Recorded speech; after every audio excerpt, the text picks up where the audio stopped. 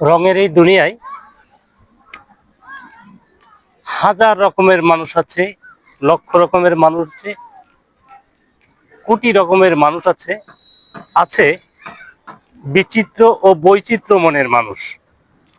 সেই মানুষের মধ্যে এমন কিছু মানুষ আছে যে কিনা অন্য কার দোষ এসে আপনার কাছে বলবে এবং আপনার সাথে বন্ধুত্ব করার চেষ্টা করবে। আবার সেই মানুষটাই আপনার দোষ অন্য কারের কাছে গিয়ে বলবে। এভাবেই সেই লোকটার সাথে তার বন্ধুত্ব সম্পর্ক হবে। সে চাইবে সে সবার সাথে ভালো থাকতে, কিন্তু আমি আপনাকে বলছি আপনি সবসময় সতর্ক থাকবেন। এই মানুষটা দুই মুখোশ সাপের মতো।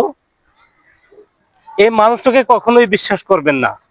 অন্য কারো দোষ যদি আপনাকে কেউ বলে, আপনি ওই লোকটাকে এড়িয়ে চলার চেষ্টা করুন, তাহলে আপনার মঙ্গল হবে।